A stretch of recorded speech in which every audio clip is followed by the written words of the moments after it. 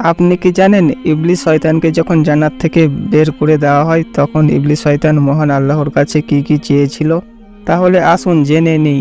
শয়তান যখন জান্নাত থেকে বের হয়েছিল সর্বপ্রথম আল্লাহকে এই প্রশ্নটা করেছিল, আল্লাহ আমি থাকবো কোথায়? আসমান জমিন যেদিকে তাকায় সবই তো আপনার সৃষ্টি। আল্লাহ হুকুম করলেন যে জায়গাতে গুনাহ হবে সে জায়গাতে তোর ঘর হবে।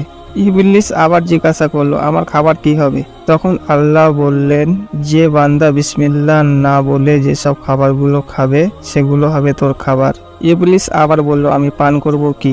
তখন আল্লাহ বললেন মদ তোর খাবার পানি হবে। শয়তান তখন আবারও বলল আপনি আদম সন্তানদেরকে কিতাব দিয়েছেন, আমাকে কি দিবেন? তখন আল্লাহ বললেন তোর জন্য আছে জাদুর কিতাব। সব শেষে শয়তান বলল ইয়া আল্লাহ আপনি আদম সন্তানদেরকে নামাজ ও দোয়া দুটো হাতিয়ার দিয়েছেন, আমার হাতিয়ার কি হবে? আল্লাহ তখন বললেন তোর সব থেকে বড় হাতিয়ার হবে নারী।